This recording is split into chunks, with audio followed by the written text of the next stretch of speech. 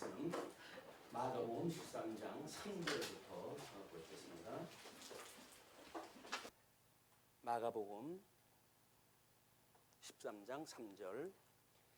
예수께서 감난산에서 성전을 마주 대하여 앉으셨을 때에 베드로와 야고보와 요한과 안드레가 조용히 묻되 우리에게 이루소서 어느 때에 이런 일이 있겠사오며 이 모든 일이 이루어지려 할 때에 무슨 징조가 있사오리까. 제자들은 심각한 고민에 지금 빠지게 됐습니다. 왜냐하면 모든 유대인들이 메시아 대망 사상에 꿈이 부풀어 있었고 이제 예수님이 오심으로 해서 다윗의 자손으로 오셨다고 하는 그 예수님이 다윗의 통일 왕국만큼이나 회복되어진 하나님 나라를 이루어 주시지 않을까라고 기대를 갖다 했는데 예수님께서 느닷없이 성전을 당신이 허물게 될 때 돌 하나도 돌 위에 남지 않고 다 무너뜨려진다고 이야기를 하거든요. 이건 충격적인 이야기입니다. 우리는 가장 충격적인 이야기가 어떤 것이 충격적일까요? 아마 우리가 질병이 걸림으로 해가지고 생활하기가 어려워질 때 그때가 가장 충격적일 거예요. 왜? 우리 모든 기둥이 무너지는 것 같으니까, 존재가 이제 없어지는 것 같으니까. 그런데 이스라엘에서 대망 사상 중에 그 성전이 차지하는 것은 대단한 겁니다. 근데 주님께서 그걸 돌 위에 돌 하나 남기지 않고 무너뜨리겠다는 거예요.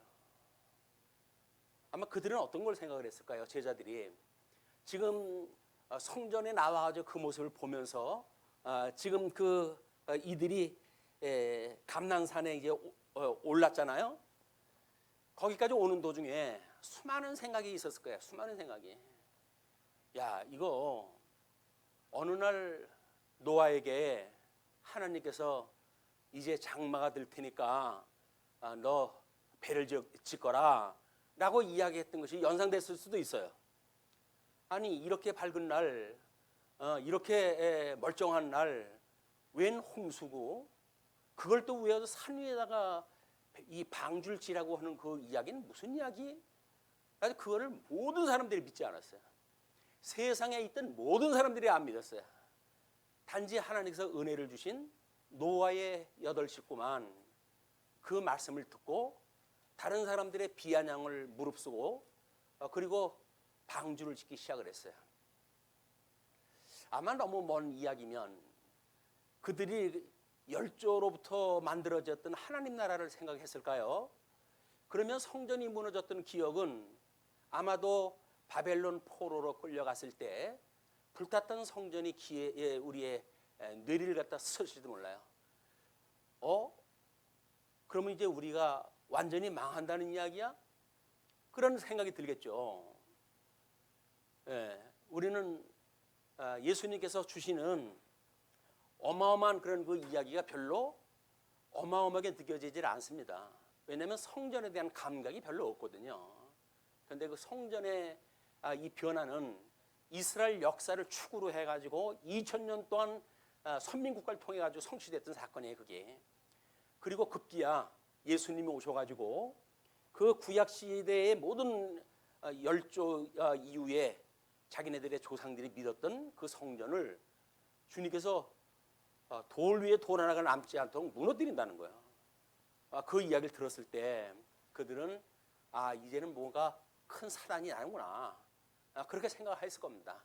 그러니까 표현을 그렇게 이야기를 해요. 마가는 예수께서 감난산에서 성전을 마주 대하여 앉으셨을 때에 아마 해가 이렇게 석양빛을 통해 가지고 성전이 그 비추는 모습은 이루 말할 수가 없을 정도로 아름답대요.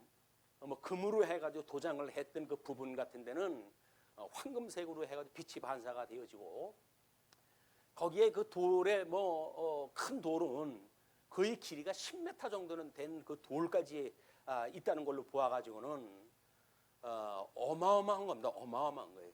인간이 봤을 때 그 성전의 이 아주 위대함, 그거 앞에 정말 주눅이 들 정도로의 큰 건물이에요. 지금도 우리들이 큰 건물에 들어서게 되면 그런 위압감을 느끼게 되거든요. 그래서 종교 행위를 하는 사람들이 그런 장난을 치는 것 같아요. 사람들을 아주 보잘것없는 모습으로 보이게끔 천정을 갖다가 수십 비를 갖다 높여가지고 놓으니까 그 안에 들어가게 되면 사람들이 왜소하기 짝이 없어요. 자기가 별 볼 일 없는 존재로 전락이 돼버려요. 그리고는 그 경외감을 가지고 그 신전에 있는 신을 갖다 경외해야 되는 이런 종교 행위를 연출하는 것이 종교 장사꾼들의 일이에요. 그런데 우리가 그걸 놓치게 되면 지금도 뭐 몇천 평을 성전의 그 대지가 몇천 평이라는 동, 뭐 몇 평의 건물을 지었다는 동, 이걸 가지고 말하는 사람들을 보게 되면 아직도 종교적인 행위에 머물러져 있는 거예요. 하나님께서 그것이 하도 보기 싫으시니까 너희들 그렇게 돈 들여가지고 건물 지어놨냐? 거기 들어가서 예배 드리지 마라. 그래가지고 우리들한테 방송으로 해가지고 예배를 드리는 앞에서 전혀 없었던 일이에요. 뒤에서도 없을지도 몰라요. 그런 그 일들을 우리한테 주신 거예요. 그 많은 사람들이 수천 명의 교회를 갖다가 향해가지고 뭐 교통이 마비될 정도로의 그런 그 상황이었었는데 사람들이 거기를 금하게 되어진 그 상황이 과연 어떤 상황이었을까요? 신앙생활 했던 사람들은 그거에 목숨을 걸고 무슨 소리냐, 예배를 갖다가 어떻게 나라가 금한단 말이냐 라고 해가지고 꽤나 신앙이 두꺼운 것처럼 생각을 들고 세상의 그런 그 일들에 반기를 들고 마치 그것이 순교적인 삶이나 되는 것처럼 그런 믿음이라고 착각을 하고 살았는지도 몰라요. 그런데 그렇게 그리스도를 위해서 살았던 사람들은 아니거든요. 일주일 내내 자기 하고 싶은 대로 살았던 사람들이거든요. 근데 일주일 우리가 예배당에 와가지고 예배 못 드린다고 해가지고 자기 목숨을 걸고 싸운다고요? 천만의 말씀이에요. 조그마한 불이익이 있다고 하더라도 열이면 열, 전부 뒤로 물러날 사람들이에요. 말로만 그러는 거예요. 말로만 그러는 거예요. 이게 우리들의 이런 시대를 보고 이런 상황이 과연 무슨 상황인지 읽어내는 이런 하나님의 지혜를 깨닫게 되어지는 기회라고 보여집니다. 성전이 무너진다는 이야기는 예배당이 있는데 예배당 오지 못하는 거나 똑같은 이야기죠. 그런 그 이야기를 했을 때 그 멋있게 보이는 석양빛에 아름답게 보이는 성전을 향해 가지고 마주 앉으셨을 때 마주 대하여 앉으셨어요. 왜 마주 앉으셨을까요? 지금 그거는 교육의 지금 이 대상이 되어지는 거예요. 시청각 교육으로 해가지고 아름답다고 이 제자들이 이야기를 했으니까 그래 너희들이 생각했던 것처럼 참 아름답지? 예수님께서 그렇게 역질문을 갖다 하셨을지도 몰라요. 그냥 마주 앉으셔가지고 그걸 보여줬으니까. 근데 제자들은 이미 주님께서 무너뜨린다고 했는데 아름다운 게 눈에 들어오질 않습니다. 그러니까 예수님한테 어떻게 해요? 그냥 그렇게 이야기했을 때 조용히 물어요. 조용히 물어요. 이거는 목소리를 크게 해가지고 헐 만큼 엄두가 안 내는 사건이에요. 예수님한테 조용히 묻습니다. 이게 소위 경외감이에요. 경외감. 하나님의 행하시는 일이 우리가 두렵고 떨린다고 한다면 기고만장하는 일이 아니에요. 우리 신앙을 가지고 자랑을 하고 다른 사람 앞에 그걸 뭐 노출을 시키고 해가지고 이렇게 하는 것이 신앙생활이 아닙니다. 정말 숨어서 사는 거예요. 숨어서 사는 거. 죽었다 생각하고 사는 거예요. 신앙생활이라고 하는 것은. 근데 조용히 물었는데 우리에게 일러주십시오. 그 이야기죠. 어느 때에 이런 일이 있겠사오며 주님께서 돌 위에 돈 하나가 남지 않게 하시겠다고 그러는데 언제 그런 일이 있겠사오며 이 모든 일이 이루어지려 할 때에 무슨 징조가 있사오리까? 언제? 징조. 아주 합리적인 질문을 갖다 하죠. 우리들도 주님 앞에 그런 질문이 필요해요. 그걸 육하 원칙에 의해서 합리적으로 질문할 필요가 있죠. 내용도 모르고 그냥 믿는다고 하는 거짓말도 자기를 속이는 일이고 그렇다고 세속적인 생각을 가지고 뭐 자기의 그 알량한 이성을 가지고 이러고 저러고 이야기하는 것도 하나님께서 보실 때는 웃기는 일이에요. 그러니까 하나님 앞에 그냥 조용히 물어야 돼요. 그것이 묵상이고 기도입니다. 자, 그렇게 물으니까 예수께서 이르시되 너희가 사람의 미혹을 받지 않도록 주의하라. 사람의 미혹이라고 하는 것은 그때 당시에는 사람들이 뭐 대망사상으로 해가지고 여러 가지 이야기를 했겠죠. 바리새파는 바리새파대로, 사두개파는 사두개파대로, 헬라당들은 헬라당대로 자기네들 나름대로 무슨 대망사상을 가지고 이야기를 했을 거예요. 그냥 그런 것들을 경결하는 거예요. 그럼 우리가 지금 시대에 미루어 가지고 본다고 한다면 이 사람들의 이 미혹이 뭘까요? 우리는 아마 전대미문의 이런 그 사태를 놓고 어떤 사람들은 그리스도 우리 이제 기독교에 질적 변화가 있을 거다 이렇게 예측을 하는 사람들이 있어요.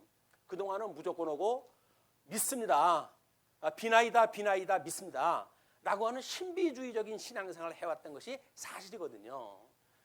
우리가 이렇게 이제 뭐 경제가 발전되어지기까지는 나름대로 산업화 시대를 필연적으로 거쳤고 그때에 농사를 짓던 모든 사람들이 삶이 어려우니까 도시지방으로 해가지고 뭐 도시로 해가지고 몰려들기 시작을 했어요.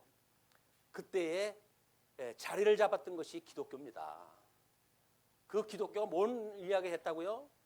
우리가 당신들의 어려움을 들어주겠습니다. 그래서 이 교회를 갖다가 나와가지고 예수를 믿으십시오. 여러분들은 복 받을 겁니다. 여러분 모든 질병으로부터 자유함을 얻을 겁니다. 라고 선언을 갖다 했거든요. 예수님이 어떠한 분인가는 잘 소개를 안 했어요. 현상적인 문제를 해결해 준다고 해가지고 메시지를 던졌거든요. 세상에 그 어려운 시기에 힘들지 않은 사람이 누가 있습니까? 그래서 교회로 꾸역꾸역 모여들기 시작을 했어요. 그래서 그 교회가 결국은 오늘까지 이르는 겁니다. 뭐 수천 명이 교인이 모여들고 그런 사람들에게 뭐 병 고쳐준다고 안수를 갖다 해가지고 아픈데 손을 갖다 대십시오라고 해가지고 뭐 메시지를 전하고 뭐 그렇게 하게 되면 뭐 낫다고 하는 사람들도 있고 이렇게 되니까 진짜인지 가짜인지는 모르겠어요.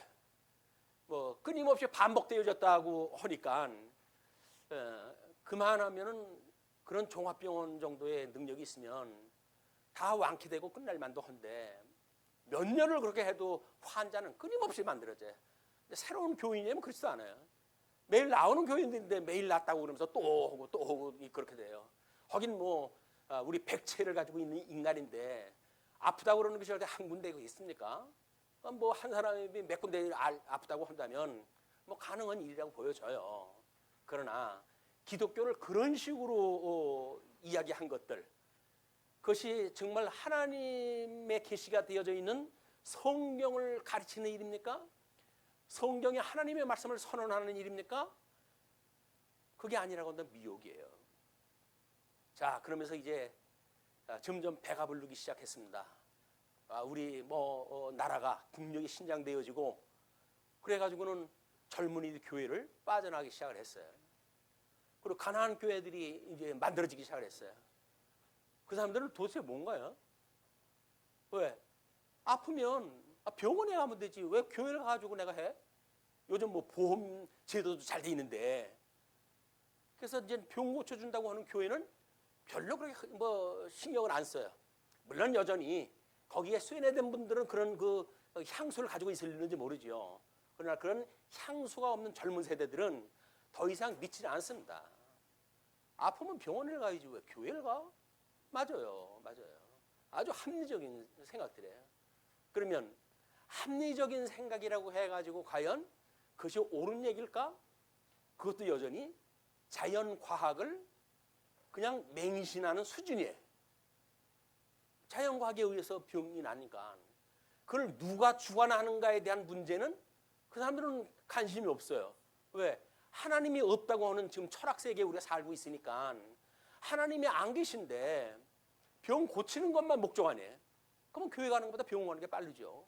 그 사람들이 합리적인 사람들이에요. 그런데 교회는 아픈 걸 통해서도 그걸 주관하시는 분이 하나님이라고 하는 것을 가르치는 곳이에요. 하나님이 만사 만물을 섭리하신다는 걸 가르치는 이야기거든요. 근데 그걸 모르게 되면 우리는 그냥 이 땅에서 뭐 꽁 잡는 게 매라고 해가지고 뭐 목적만 달성하면 됐지. 무슨 거기서 무슨 하나님이 어쩌고 예배가 어쩌고 그런 얘기가 뭐가 필요하냐. 이것이 합리주의적인 지금 기독교의 모습일 수도 있어요. 건물 크게 짓고 사람들 몰려들게 만들고 거기에는 마케팅이 필요하거든요. 그래서 뭐 어떤 사람은 길목이 좋아야 교회가 부흥한다고 하는 사람도 있던데 왜? 장사라고 하는 건 터가 좋아야 되거든요. 길목이 좋아야 되고 합리적인 장사꾼의 생각으로 보게 되면 맞아요. 그 얘기가. 그러나 과연 주님의 몸된 교회가 우리가 마트는 아니잖아요. 상품을 파는 마트는 아니잖아요.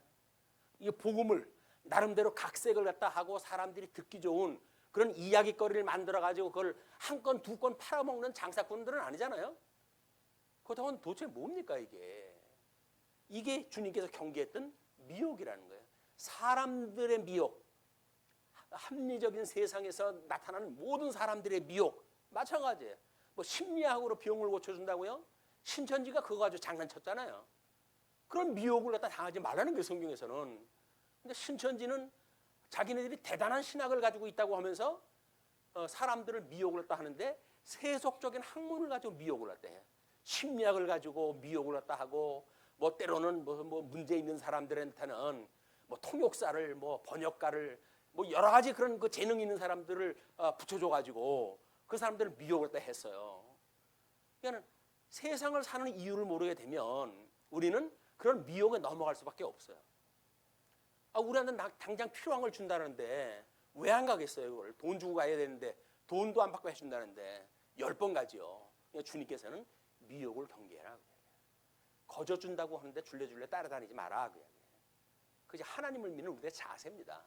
뭐 좀 생긴다고 그러면 옆에 교회 가니까 무슨 뭐 어떻더라 하게 되면 그냥 그쪽 교회를 가지고 우 가고 어쪽 교회 가니까 방언을 갖다 하면 구원 받는다고 해가지고 장로 교인들이 그냥 썰물 빠져나가듯이 그 교회를 몰려들어가지고 우리 대한민국의 큰 교단을 이루잖아요. 그 사람들이. 그런 거 하지 말라는 거예요. 주님께서는. 근데 우리는 그런 것만 생긴다고 한다면 뭐 그 정도야 투자, 발품, 팔 충분히 있죠. 이유가. 그것이 주님께서 경계했던 일입니다. 네, 그것이. 자, 너희는 사람의 미혹을 받지 않도록 주의하라. 일단 그렇다고 한다면 우리는 성경으로 돌아가야 돼요. 성경으로 돌아가야 돼요. 이 성경으로 돌아간다는 이야기는 성경이 정말 하나님의 감동으로 되어진 말씀으로서 1.1핵이라도 더하거나 감할 수 없는 하나님의 무한 말씀이다 라고 하는 것이 믿어져야 돼요. 그런데 에이 뭐 그냥 그렇다는 얘기지 그걸 뭐 어떻게 고지고대로 믿습니까?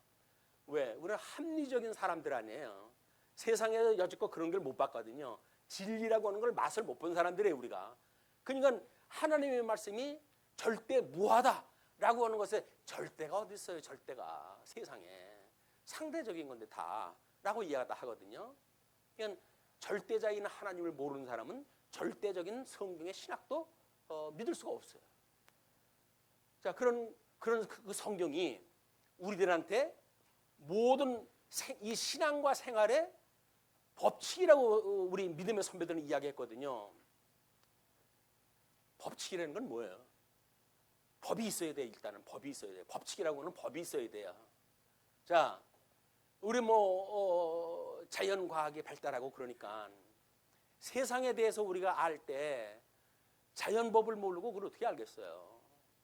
만유인류 법칙이 일어났을 때 대단한 일이 벌어졌어요. 지구가 돈다고 이야기를 했을 때 종교 재판이 벌어졌습니다.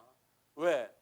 저 불경한 저 사람을 죽여라 라고 해가지고 법정이 열리고 그래가지고 당신 말 번복하지 않으면 죽일 거다 라고 이야기를 했더니 그냥 뭐 과학자가 한 얘기라고 하세요. 그거 뭐 믿을 수도 있고 안 믿을 수도 있는 겁니다. 뭐 대충 이야기해가지고 나왔어요.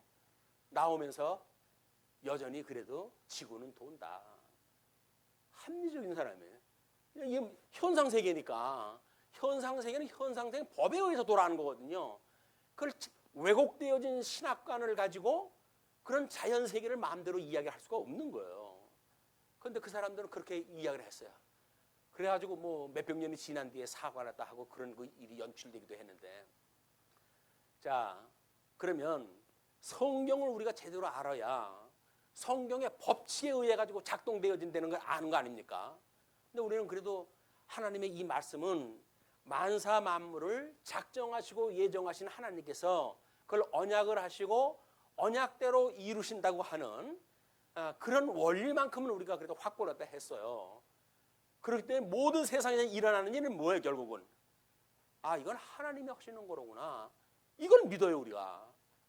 그러니까 그게 우리의 법칙의 가장 기본이에요.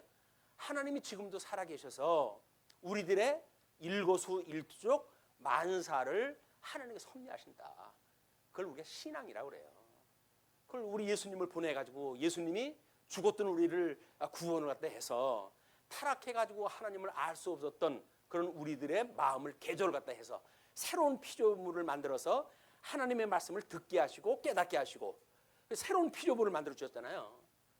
그러니까 우리는 이제 새로운 세계에 새로운 인물을 사는 거예요. 과거에 이런 하나님을 모르던 그런 시대로는 다릅니다. 신약 성경이 기록되어지고 완성되어진 이후로 우리들은 새로운 세계의 법을 아는 사람들이에요. 이제 아예 세상의 법 좀 알고 그거 행세한다고 해가지고 뭐 지 맘대로대로 하지 않습니까? 뭐 사법부 지네들 마음대로잖아요. 하나님 나라의 법을 아는 사람들이 과연 세상에 우리가 고개를 숙이고 세상의 걸로 조건으로 인해 가지고 비굴하게 살아야 되겠습니까? 자존심 상하는 일이에요. 이거는 신앙인으로서 주님께서 이제 우리들한테 그 비밀을 알려주시는 거예요. 비밀을. 자, 그러니까 사람의 미혹을 받지 않도록 주의하고, 많은 사람이 내 이름으로 와서 이르되 내가 그라 하여 많은 사람을 미혹하리라. 뭐 자연과학에서는 자연과학대로 자기네들이 메시아라고 그래요. 그 어둠으로부터 계몽주의 이후로부터 해가지고는 내가 당신들을 다 구원을 할 겁니다 라고 이야기했다 해요. 뭐 부분적으로 맞는지도 모르죠. 계몽주의에 의해 가지고 암흑시대에 살던 사람들이 자연과학이 발달하고 하면서 그래? 그러면 우리가 뭐 이렇게 믿었던 건 잘못됐던 거 아니야? 그러고 생각했던 건 전부 범죄에 속하는 거예요. 야, 그뿐입니까? 신천지가 드러나가지고 뭐 이만희 교주가 자기가 지금 보혜사 성령이라는 거 아니에요? 보혜사 성령 주님께서 보냈다는 영입니다. 그러니까 지금 예수님께서 2002년 이후에 일어날 이런 사항을 미리 보고 경계를 하신 거예요. 자기가 메시아라고 그런 애들이 있다고 한다면 따라다니지 마라, 그 이야기예요. 그게 나의 구속주다, 나는 그거에 목숨을 걸 만한 이유가 있다 라고 하는 것을 누가 제시를 한다고 한다면 속지 말라는 거예요. 근데 우리는 10번 속지요. 10번. 아이, 주머니에 돈이 들어오는데 그걸 왜 안 믿습니까? 아파트는 건강이 회복이 되어진다는데 왜 안 믿습니까? 그걸 믿지. 그런데 주님께서는 믿지 말래요. 그리고 뿐만 아닙니다. 난리와 난리의 소문이 들을 때에 두려워하지 말라. 이런 일이 있어야 하되 아직 끝은 아니니라. 자, 우리는 지금 이제 소개했던 뭐 이것은 우리 아까 노아의 방주 사건을 통해 예표로 보여줬던 사건이거든요. 자, 이제 이 그림은 하도 복잡한 조직을 딱 만들어 놔가지고 아까 사전 점검을 갖다 해봤어요. 이렇게 모자이크를 갖다 해놨는데 무슨 얘기인지 알겠냐 그랬더니 그냥 그림 해놓은 거니까 뭐 그냥 보기가 좀 난해하실 거예요.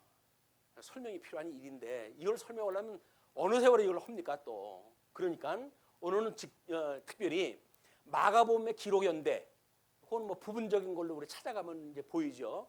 그 마가복음의 기록연대 65년부터 75년을 봤잖아요. 그럼 이 65년부터 70년이라고 하는 그 이야기를 획일적인 걸로 해가지고 예수님이 약속을 우렸다 한 걸 보게 되면, 예수님이 성령이 오시게 되면 너희들이 권능을 얻고 예루살렘과 온 유대와 사마리아와 땅끝까지 이르러 나의 증인이 되리라 라고 약속을 하셨다고 그랬어요. 그 약속대로 로마 반도에 사도 바울이 죄인으로 끌려갔을 때에 사도행전이 끝이 나요. 그리고 그 이후로는 요한계시록에 의해 가지고 에베소 7교회를 중심으로 해가지고 교회상이 어땠는지가 소개가 되어지고, 역사적으로는 그리고 서신서에 이제 그때 뭐 옥중 서신이니 목회 서신이 일반 서신을 통해 가지고 우리는 예수님이 어떻게 예수님 믿는 사람들이 믿음의 생활을 해왔는지에 대한 거를 우리가 자료를 찾아볼 수가 있는 거예요. 자, 그러면 기록연대가 65년서부터 70년이라고 그러는데 65년서부터 70년이라고 한다면 이때는 거의 세상이 혁명과 같은 시대예요. 다 풍비박산이 일어나는 그런 시대이기도 합니다.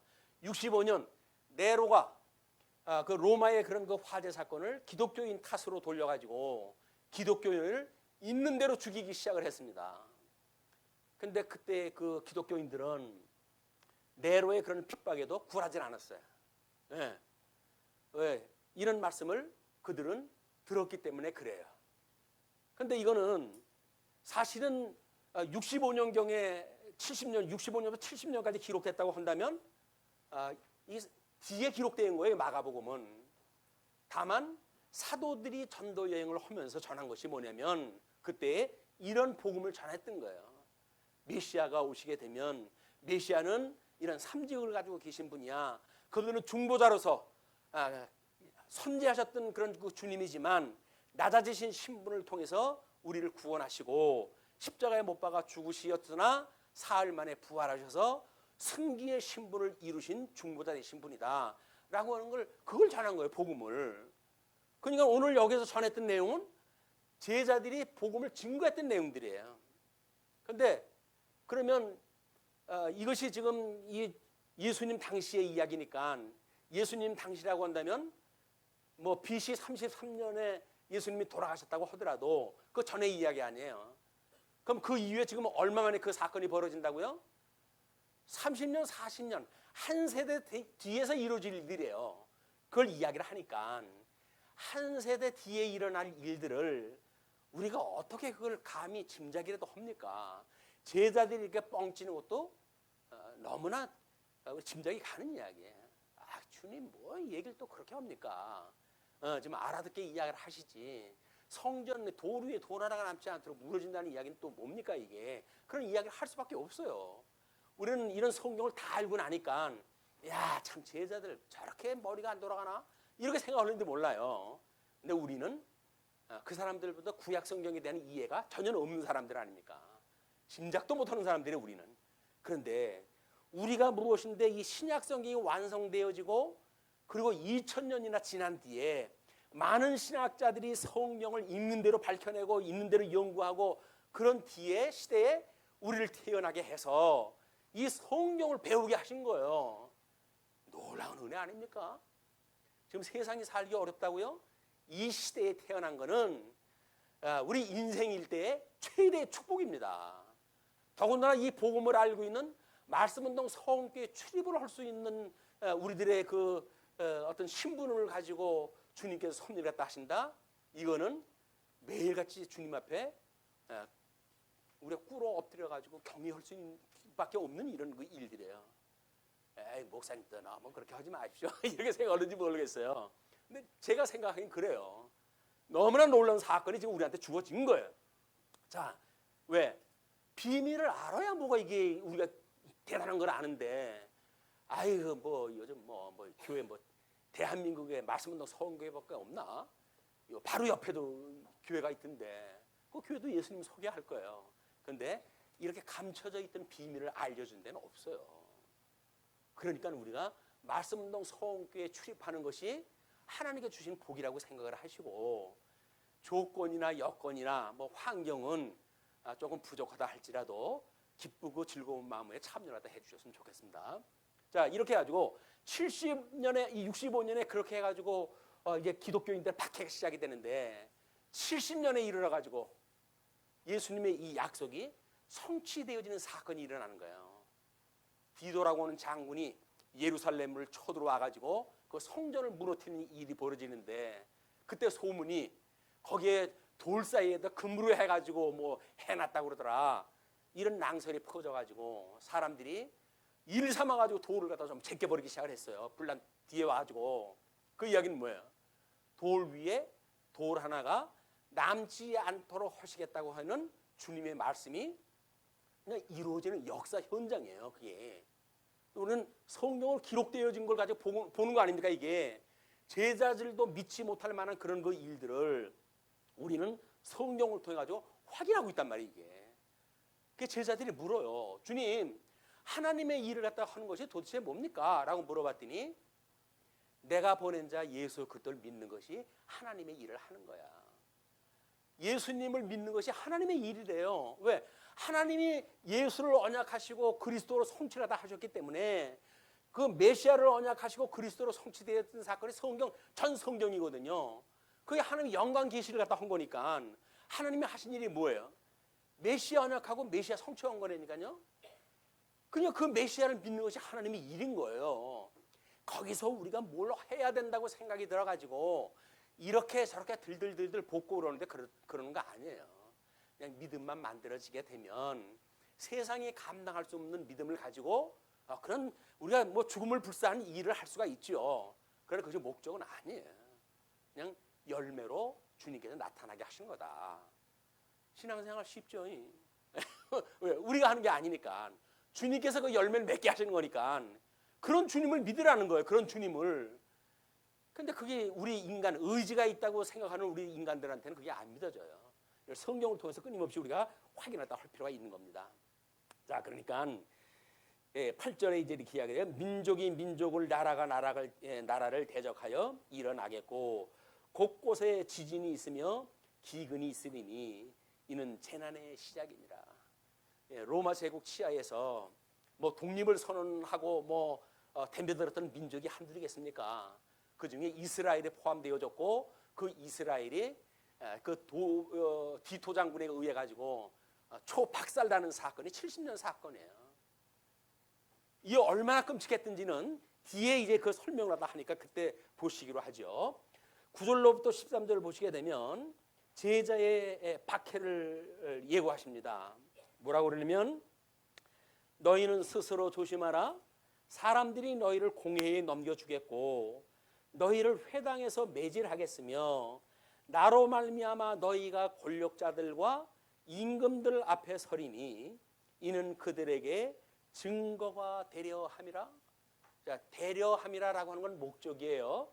그렇게 할 것이니라고 하는 건 수단이에요. 근데 그 수단은 뭐라고요? 그 감독자들 또는 권력자들 앞에 끌려가게 하시겠다는 거예요. 방법이. 근데 목적은 뭐예요? 복음을 증거할 수 있는 기회를 하는 게 주신다는 거예요. 그러니까 아니 예수님 믿는다는 이야기는 목적은 하나님의 그 증인으로 살아가는 일인데 증인의 삶을 살려고 하다 보게 되면 수많은 애매한 고난을 당할 수밖에 없는 환경이 온다는 거예요. 예수 믿으면 고난을 받는 거예요.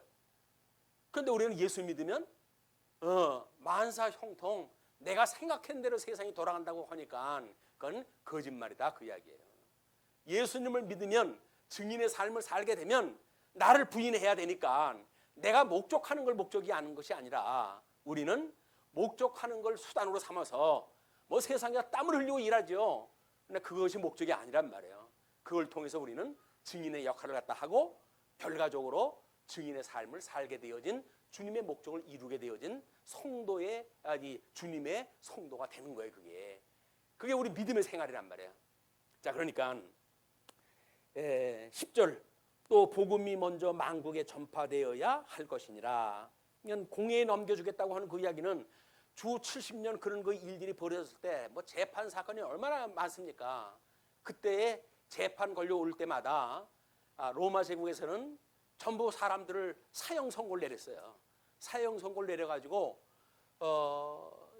천으로 해가지고 두들두들 말아가지고 거기다 기름을 발라요. 역청을 하다 기름을 발라요. 그래가지고 십자가에다 세워요. 그래놓고 불을 붙여요. 언제? 저녁에 해 떨어졌을 때. 그럼 그것이 뭐가 돼요? 로마 시내를 갖다 그게 밝히는 불빛이 돼버려요. 불빛이. 근데 아이는 이제 하지 않습니까? 우리 주님께서 그랬거든요. 너희들은 세상의 등불이다. 이렇게 이야기를 했어요. 살아서 예수를 그리스도라고 증거했던 증인의 삶을 살았던 성도들이 죽을 때도 빛을 발하면서 죽었어요. 사람들은 그걸 가지고 그랬죠. 너희들은 이제 죽었다. 이렇게 이야기해서 그 사람들은 찬송을 하면서 찬송을 부르면서 죽어갔어요. 어떻게 이 세상에 이런 일이 있을 수 있을까요? 이것이 성령의 역사예요. 하나님의 능력인 거예요. 아유, 난 무서워서 그렇게 못해. 맞습니다. 지금 짐작하면 우리는 그거 못해요. 근데 그런 지경이 됐을 때 하나님께서 우리들 감동을 주시게 되면 나한테 없었던 힘이 발동을 하고, 그리고 주님의 말씀이 기억이 나고, 그 증인의 역할을 감당하게 하시고, 그리고 설사 죽을지라도 이런 일을 하게 되어지는 열매를 맺게 하신단 말이에요. 누가? 나를 위해서 대신 죽으셨던 예수님께서. 그런 분이에요. 그런 분을 우리가 믿는 거예요. 그런 분이니까 우리가 믿지. 세상에 우리가 얼마나 똑똑한 사람들인데 내가 왜 힘들어가지고 돈 벌어가지고 연보를 갖다 합니까? 그렇잖아요? 내가 얼마나 영악스러운 사람인데도 재리에 밝고 그런 사람들이에요. 그런데도 불구하고 주님의 몸된 교회의 연보를 갖다 하고, 그걸 가지고 교회가 운영이 되어져서 증인의 삶을 살게 하고, 이런 일들이 왜 벌어질까요? 아주 작은 일이지만 나를 부인하는 일이 그게 극단적인 사건에 가게 되면 우리의 생명을 포기하는 일까지도 만들어질 수가 있다. 그걸 믿는 거예요. 그걸 배우는 거예요. 교회 생활을 통해 가지고 나를 부인하는 것. 조금 성질 난다고 해가지고 뭐 성질 나는 대로 해버리게 되면 그게 뭐 예수 믿는 거예요? 세상 사는 거고 그냥 똑같이 사는 거지. 우리 성질이 나도 우리 주님이 뭐라고 말씀하셨지? 그리고 우리는 묵상을 할 거예요.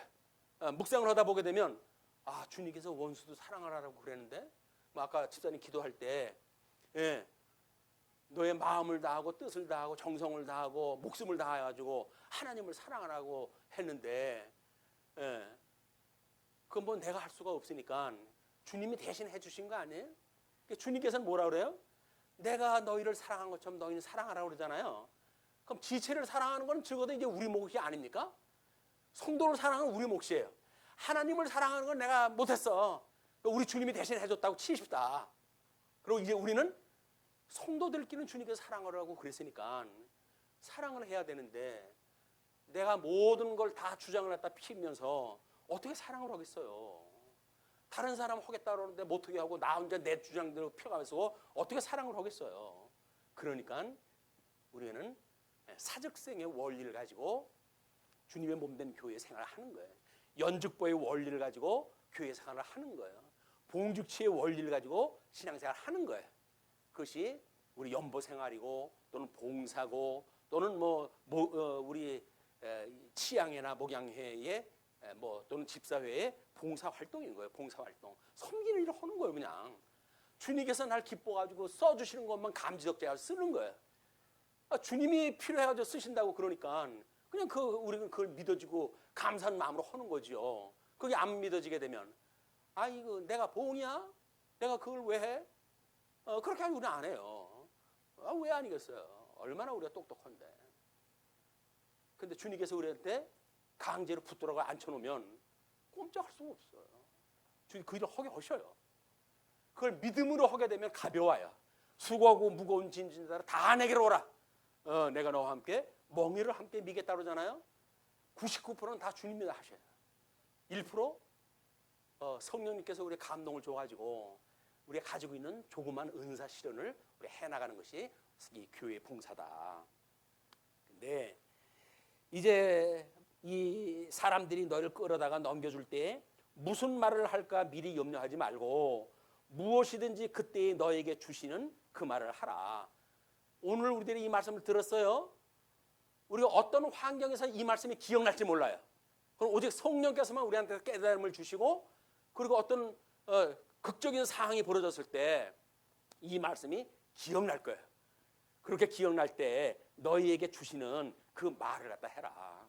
그리고 말하는 이는 너희가 아니요 성령이시니라. 이게 삼일째 하나님을 믿는 우리의 믿음입니다. 내가 뭘 머릿속에다 집어넣어가지고 머리가 좋아가지고 내가 복음을 갖다가 뭐 한 번 들으면 모든 걸 깨달아요. 그렇지는 않아요. 우리의 이 배운 공부와 익힌 공부는 육신의 장막을 벗을 때까지 훈련이 돼야 되는 거예요. 이게 목사라고 해가지고 성령 오늘 아침에 우리 집사님 전주에 이 강론 전부 준비해놓고 1, 2절만 했잖아요. 전주 한 걸로 그냥 하면 되죠? 라고 하시더라고. 전부 업그레이드 되는데요. 목사도 일주일 내내 연구해요. 그러니까 지나간 거 그 자료 그냥 쓰질 않습니다. 또 업그레이드하고 또 업그레이드, 계속 업그레이드가 다 하지. 왜? 묵상하고 그러는 동안 생각나고 그러면 더 좋은 자료가 있을 거 아닙니까? 그럼 그걸 소개하지요. 목사도 그냥 계속 연구를 하는 거예요. 왜? 주님이 생각날 때마다 기록에 남기고 그걸 쓰고 하니까 그것이 우리가 증인들이 행하는 삶이다. 자, 형제가 형제를, 아버지가 자식을 죽는 데에 내주며 자식들이 부모를 대적하여 죽게 하리라. 마지막 때 그런 그 현상들이 벌어진 겁니다. 그때 주 70년 뭐 이런 이 환란 때에. 그리고 요한계시록이 기록되어지까지는 95년에 이제 이 요한계시록이 완료가 됐거든요. 요한계시록 제일 끝에 가게 되면 성경의 1.1약이라도 더하거나 금하지 말래요. 왜? 그걸로 해서 성경은 하나님의 말씀으로 아주 확정이 돼버렸어요. 요한계시록 위에 다른 걸 첨자를 갖다 실 수가 없어요. 근데 현대 신학이 이렇게 시작이 되어지고 그 이후에 한국 교회뿐만 아니라 모든 세계의 기독교가 합리주의에 아주 자연스럽게 노출이 돼가지고 하나님의 말씀이 아니라 그거를 나름대로 해가지고 합리적인 생각을 가지고 말씀을 자꾸 변개를 갖다 해가는 일이 벌어지고 있어요. 그러니까 우리가 더욱 우리 믿음의 선배들이 이야기했던 것에 관심을 가지고 공부해야 될 이유가 있는 겁니다. 지금은 신학자들이 이야기하는 책 잘못 보게 되면 전부 미혹당해요. 그 사람들이 전부 뭐 하니 인문학 가지고 소개하고 그러거든요. 인문학이라고 하는 그 이야기는 해아래 과학 중에 하나인데 그걸 가지고 이 천상의 하나님의 말씀을 말한다는 게 말이 됩니까? 안 되는 거예요. 근데 인문학을 가지고 이야기를 하고 사회과학적인 걸로 해가지고 교회 부흥을 이야기를 하고 자연과학적인 걸 가지고 뭐 이 메커니즘에 대한 걸 이야기를 하고 말도 안 되는 거예요. 말도 안 되는 거예요. 성령을 무시해도 분수가 있지. 성령 하나님께 확실하게 된다고 한다면 현재 뭐 우리가 하고 있는 이런 중계에 대한 메커니즘 100번 발전은 모릅니까? 감동을 줘가지고 한마디로 깨달음이 온다고 한다면 그게 진짜지. 중계가 뭐 시설이 잘 돼 있어가지고 말씀이 뭐 화상도가 얼마로 돼 있었고 뭐 아주 대단해요. 요즘 한국 기독교 이 뭐 방송 이후로 해가지고 문화가 바뀐답니다. 이제 그런 자료가 다른 데에서 전부 인용을 하다 하고 그러기 때문에 그게 문제가 아니잖아요. 지금 성령이 감동을 주어서 무슨 깨달음을 주느냐가 문제예요. 깨달음이. 기독교는 깨달음의 종교입니다. 머리의 종교가 아니에요. 이성적인 뭐 이해의 종교가 아니에요. 깨달음의 종교예요. 깨달아 알고 믿어져서 그리고 하나님을 경외하는 것이 기독교입니다. 그러니까 주님께서 그런 이야기를 하시는 거예요. 그래서 13절로 23절 종말의 때에 대한 교훈을 갖다 해요. 자, 이 종말이라고 하는 이야기가 예수님은 비약이 상당히 심하신 것 같죠? 성전 훼손에 대한 이야기를 하면서 이 이야기가 점점 비약이 돼가지고 이제 그 종말의 때까지 이것이 확장이 되어져요. 근데 이 종말도 이중적인 종말이에요. 우리는 기독교에서 말세 이야기를 하잖아요. 요엘서에 보게 되면 말세에 일어날 현상 이야기를 해요. 성령이 오셔가지고 젊은이들이 이상을 말하고 노인이 꿈을 꾸고 하는 그 일들이 있을 걸 이야기를 하거든요. 그 예언대로 해가지고 오순절 성령이 오셨단 말이에요. 그리고 신약성경에 와도 끊임없이 말세에 대한 경계를 해요. 말세. 그 말세 이야기한 지 2000년이 지났어요. 근데 그때도 말세고 지금도 말세. 왜 그럴까요? 말세라고 하는 그 이야기는 모형적으로 보여줬던 이스라엘 역사를 통해 가지고 모형적으로 보여줬던 구약 성경의 끝자락에 와가지고 예수님이 오셨을 당시 그걸 초림이라고 그러잖아요. 그 초림으로부터 재림 때까지가 전부 말세인 거예요. 말세. 그리고 지금 우리는 거의 이제 또 말세 중에서 끝자락에 와 있다 그래가지고 말세 지말이라고 이야기를 하는 겁니다. 말세의 말세다 이렇게 얘기죠. 그리기 때문에 성경의 말세라고 하는 그 이야기는 다중적으로 우리가 봐야 돼 이걸. 근데 주경신학적으로 접근을 하게 되면 이것이 단어에 집착을 하잖아요. 원화가 어쩌고 저쩌고 해가지고 저게 접근하다 보게 되면 같은 단어니까 3층 천을 소개를 했다 하는데 3층 천도 하늘이고 2층 천도 하늘이고 1층 천도 하늘이고 다 같은 하늘이에요. 근데 그걸 가지고 성경 전체를 봐야 되는데 보이나요? 그렇게 해가지고 보이진 않지. 그냥 단어 중심적으로 보는 주경신학은 한계가 있는 거예요. 그래서 우리가 통석 성경신학이 필요한 겁니다. 그걸 역사적으로 교의적으로 전체를 조직을 때 해가지고 그거를 통섭을 해서 넘나들고 그렇게 해가지고 이 뜻이 과연 뭐냐라고 하는 걸 우리가 알아내야 되는 거예요. 그래서 창세기로부터 요한계시록까지 그걸 전부 조직을 때 해봐가지고 이 의미는 단순한 그 이야기가 아니야라고 하는 데까지 나와야 되는 거예요. 그게 우리가 이런 도해를 만들어내는 일입니다. 이게 저 창세기로부터 요한계시록까지의 일들을 하나의 조직으로 만들어내야 돼. 구조적으로 이해를 해야 돼요. 그거를. 근데 뭐 인터넷 그 시대에 법칙이 있대요. 90대 9대 1이라고 하는 법칙인데 제가 밴드에다가 소개를 갖다 했거든요. 오늘 그 회의가 있어가지고 그게 뭐냐면 90%는 방관해. 그 뭐 다 인터넷 뭐 다 보시죠. 그러나 뭐 그랬구나 그런 게 방관하고 지나가요. 근데 9%는 그걸 더욱 확장시키는 데 적극적으로 해요. 그래? 그럼 다른 사람한테 소개를 갖다 해야 되겠는데 소개를 했대. 자기가 하는 일에 그걸 적용을 시키고 그렇게 해요. 그 다만 1%는 모든 걸 자기 방식대로 해야지 재생산을 갖다 해내는 사람이에요. 근데 우리 말씀운동도 마찬가지인 것 같아요. 뭐 우리 뭐 몇백 명이 지금 우리 사이트에 들어와가지고 이제 보고 그러잖아요. 저 방관자예요, 방관자. 한번 보고 뭐 그렇구나 하고 그냥 나가버려요. 그래도 9%는 이거 뭐 목사님 오늘 강의할 게 내용이 이거래네 라고 해서 관심을 볼 수 있는 사람은 9%야. 우리 교중에 있는 사람들밖에는 거기에 관심 가지고 있는 사람이 없어요. 1%는 아마 모르긴 몰라도 오늘 개정위원회가 거기에 1%에 해당되지 않는가 싶습니다. 그래서 지금까지 강의되어진 사이트에 소개되어진 모든 도해까지 막나갔다 해가지고 교정에서 반영을 하신다고 그러니까 저는 일부러 빠지려고 해요. 뒤로 한 발짝 이제 물러나가지고 저를 객관적인 입장에서 그걸 이제 보고 이제 그러면 그 개정위원회가 주관적으로 그 일을 다 하실 겁니다. 제가 이제 1년 남았잖아요. 1년까지 하는 일이 뭘까요? 이제 그거 완성시키는 일이에요. 이제 그동안까지는 뭐 말씀으로 전하는 일은 계속 되어지겠죠.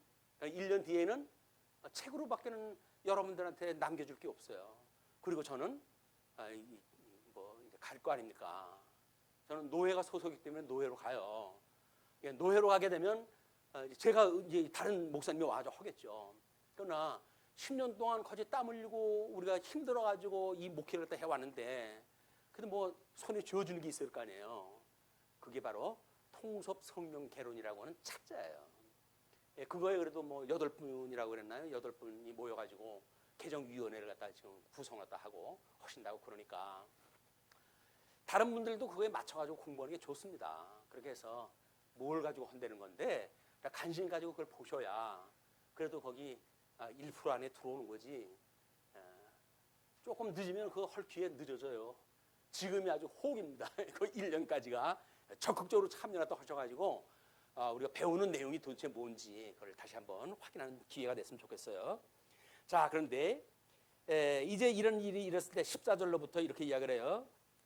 이제 그 13절 또 너희가 내 이름으로 말미암아 모든 사람에게 미움을 받을 것이나 끝까지 견디는 자는 구원을 받으리라.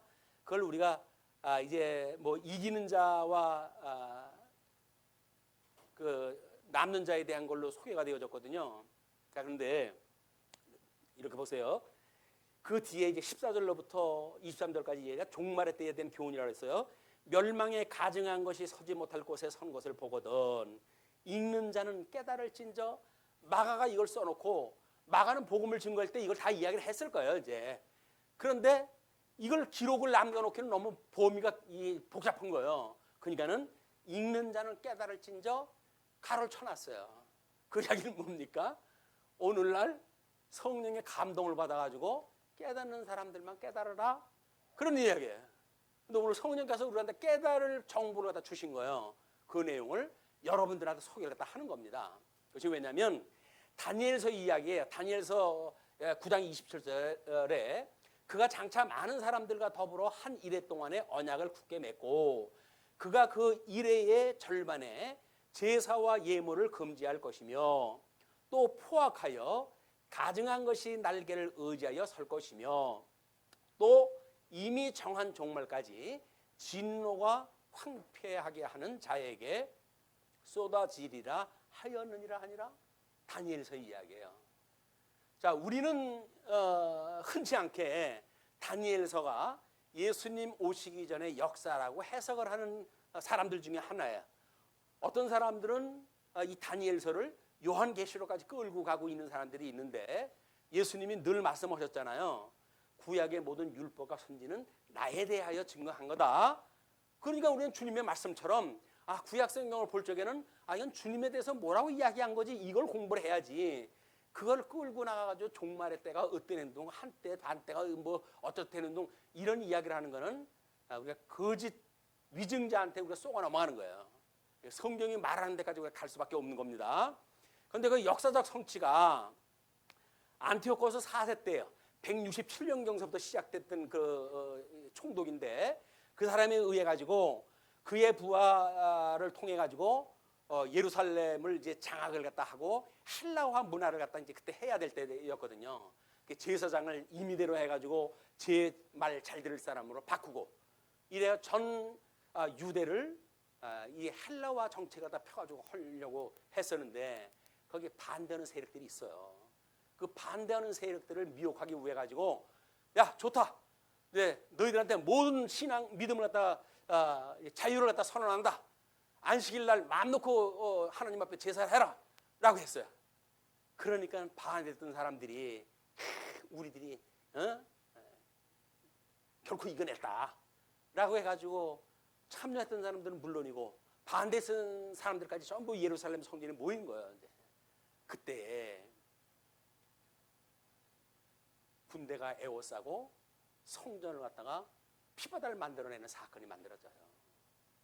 그게 지금 역사적 성취되어 있었던 거예요. 빨간 글씨를 보시게 되면, 독수리를 성조로 삼는 제우스 신상을 여호와의 전에 세워 더럽힌 역사적 사실로 이루어졌다.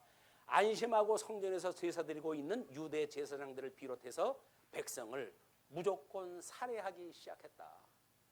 그때 이런 그 일들은 민주화 시대 현재 감각으로 해서는 상상도 할 수가 없는 거예요. 사람들을 죽이는 건 파리 목숨 죽이는 거예요. 그냥 저기서부터 칼로 해가지고 비워나가기 시작을 하는 거예요. 근데 그 사람들은 안식일 날 한 걸 갖다 안 해요. 죽이면 그냥 죽는 거예요. 그 자리에서. 그렇게 해가지고 그냥 사람들 다 멸절을 시켜요. 이 끔찍한 인간들이. 그런데 그 사건이, 예수님이 그 사건을 예를 들어서 이야기를 하는 거예요. 그건 뭐냐면, 예수님이 예언 성취로 이루어지는데, 로마 황제의 가슴 위에는 은이나 청동으로 되어져 있는 한 마리의 독수리가 새겨져 있고, 그리고 그들의 깃발에는 독수리 깃발이 있어요. 그걸 가지고 이제 이 싸움터에 나가게 되어지는데, 디도 장군이 로마 군기를 성전 동편 문 쪽에다 향해 가지고 세우고 거기에 경의를 표했대요. 그때 있었던 유대 역사학자들의 그 이야기입니다. 주 70년 때 그들이 어떻게 성전을 대했는지 그런 모습이에요.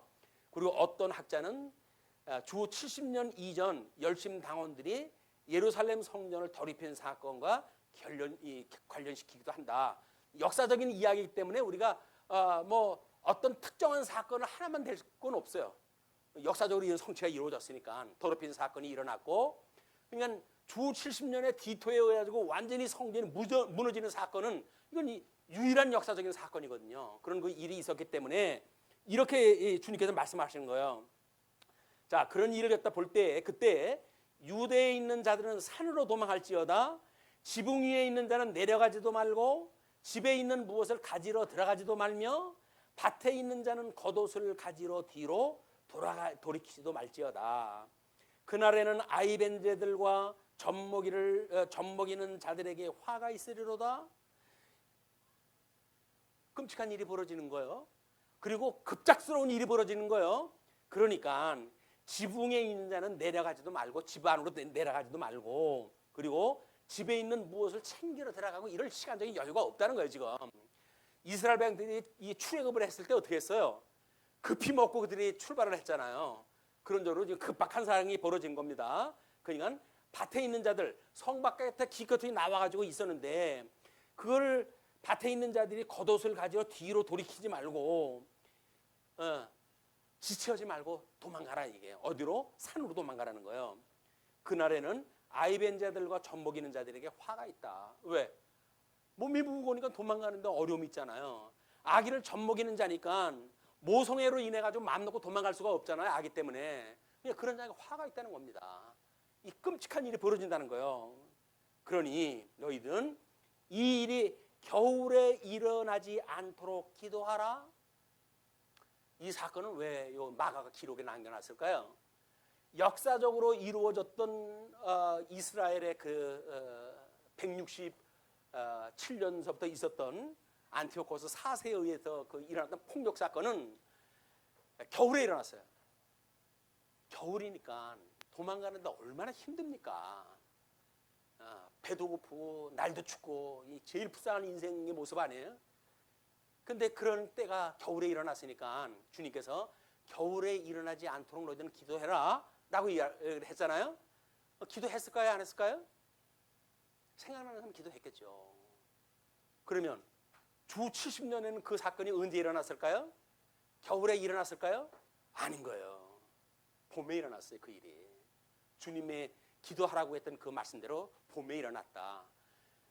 선지자를, 참 선지자를 보내주는데 그 선지자가 효험도 없고 증거도 없다고 한다면 하나님께서 보내신 선지자가 아니라고 그랬잖아요. 주님께서는 참 선지자로 오셨기 때문에 말하는 것마다 증명이 되는 거예요. 그 일들이. 이러는 사건이 말씀대로 이루어지는 사건이 일어나는 거예요. 표적이 일어나는 거예요. 그건 주님이 그리스도라고 하는 걸 보여주는 하나님의 적극적인 그 계시 방법인 건데 이거에 그걸 뭐 우리들이 인간이 뭘 해간다든지 이렇게 이 쇼로 연출되는 문제가 아니에요 이게. 그러니까 이는 그 날들이 환난의 날이 되겠습니다. 하나님께서 창조하신 시초부터 지금까지 이런 환난이 없었고 후에도 없으리라. 왜냐하면 성전은 이제 무너져서 다시 성전 무너질 때는 없어요. 완전히 불타가지고 세상은 없어질 망정. 만일 주께서 그 날들을 감하지 아니하셨더라면 모든 육체가 구원을 얻지 못할 것이거늘 자기가 택하신 자들을 위하여 그 날들을 감하셨느니라. 그때에 어떤 이들이 너희에게 말하되 보라 그리스도가 여기 있다 보라 저기 있다 하여도 믿지 말라. 처음부터 믿지 말아야 돼요. 거짓 그리스도들과 거짓 선지자들이 일어나서 이적과 기사를 행하여 할 수만 있으면 택한 자들을 미혹하려 하리라. 너희는 삼가라. 내가 모든 일을 너희에게 미리 말하였노라 라고 하는 이야기는 뭐예요? 말했어. 이걸 성령께서 감동을 주시면 기억날 거야. 그런 그 이야기나 같은 거예요. 우리의 위기에 처했을 적에도 끊임없이 하나님 말씀이 기억이 나도록 우리가 말씀을 일용할 양식을 삼아야 되는 거예요. 세상에 그냥 살아가는 것이 그냥 살아가는 것이 아니라 일용할 양식을 먹고 살아가는 것이다. 성경을 주야로 묵상하는 일들은 매우 중요한 일입니다. 근데 세상이 나아주질 않아요. 너무 바쁜 세상이 돼가지고 마음 놓고 신앙생활을 할 수 없는 것이 현대 조건이에요.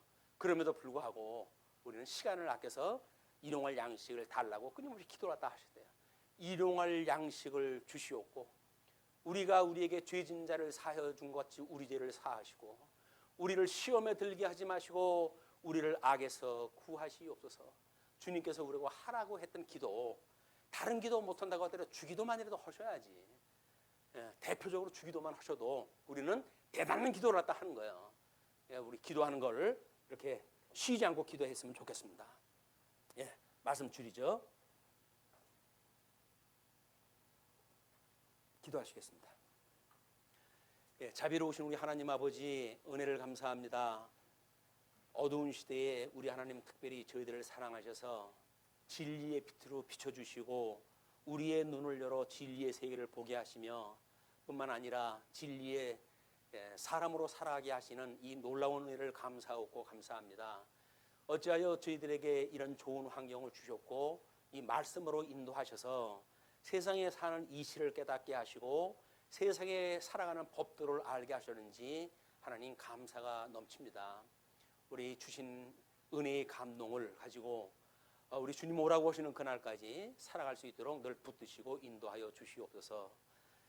우리 세상이 어두운 이런 때 주님께서 우리를 사랑하셔서 말씀운동 소원께로 인도하셨고 또 저희들을 이에 합당한 열매를 맺게 하시려고 주시는 은사를 따라 섬기게 하셨습니다.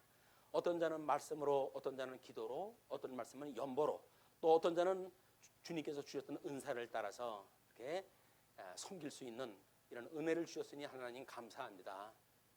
이 일 정말 하나님 앞에 감사하는 마음으로 감당하게 하시고 또 흩어져 있는 시간도 여전히 증인의 삶을 살 수 있도록 주님께서 늘 깨어있게 하여 주옵소서. 우리 주 예수 그리스도의 이름으로 기도하옵나이다.